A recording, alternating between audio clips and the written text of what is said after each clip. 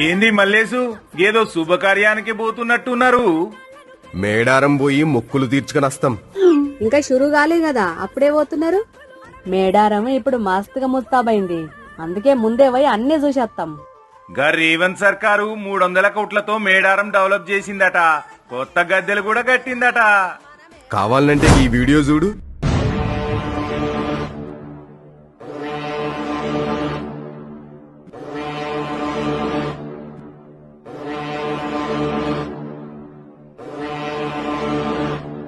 వనదేవత చరిత్ర అందరికి తెలిసేటట్టు అద్భుతమైన నిర్మాణాలు చేసింది.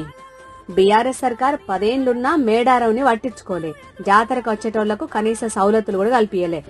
కానీ రేవంత్ అన్న సర్కార్ 2 ఏళ్లలో మస్తుగా డెవలప్మెంట్ చేసింది. 100 ఏళ్లు ఉండేలా రాతి కట్టడాలు కట్టింది. రోడ్లు కూడా మస్తు వేసిర్రట. మరి రేవంత్ అన్న మేడారంను అంత అద్భుతంగా తీర్చిదిద్దితే మనం పోయి చూడాలి కదా, అందుకే పోతున్నాం. ఇక మీరు మేడారం పోతున్నట్టు ముందే చెప్తే మేము కూడా మీతోని వచ్చేటోళ్ళం కదా. దాంట్లో ఉన్నది, మనం కూడా రేపు పోదాం, మేడారం వైభవాన్ని చూసొద్దాం.